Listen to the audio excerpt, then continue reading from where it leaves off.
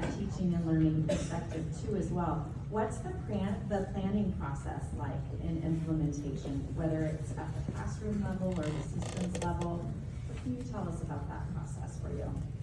I think it was a perfect segue because the first thing in my planning process is absolutely always relationship building.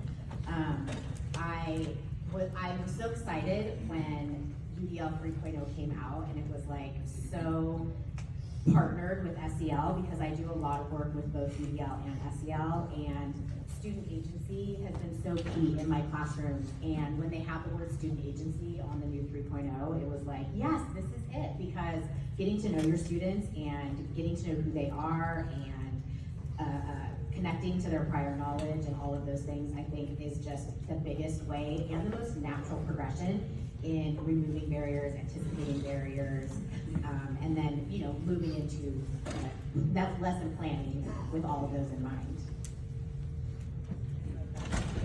The relationship is key. I was in a session this morning, and oftentimes in learning situations, I'm hearing other people's interpretations of this work that we're all doing, and sometimes it gets synthesized for me. And the thought that I had this morning with Adit and Jenna's session was, I really feel like the UDL guidelines are validating and celebrating the experience of being human.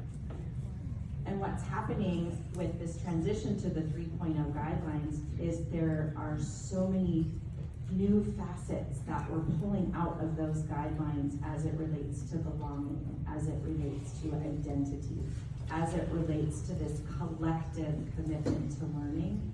And it's just really, there's more connection being built, but at the foundation of it all is having a relationship and knowing your learners and trusting them to make those decisions for themselves and maybe letting them fail.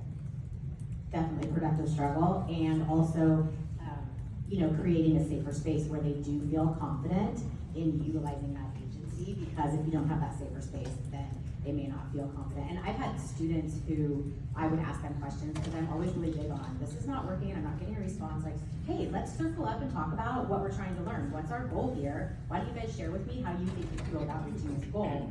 And sometimes they just look at me like, what? And then I'll say, is that weird? Have you never had a teacher ask you this before? And they're like, no. Well, let's do this, you guys. Let's roll up our sleeves and figure out how we're gonna get to this goal, all of us together. And it's like really a beautiful process to see them just like coming to life and being like, she actually wants to know like how we work and how we want to do this. It's pretty beautiful.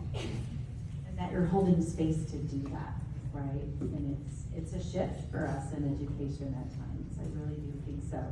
So we've got classroom practitioner, we've got what does this look like at the micro level with kids in front of me on a day-to-day basis, and then it gets bigger. And then we come to Keith, who is a principal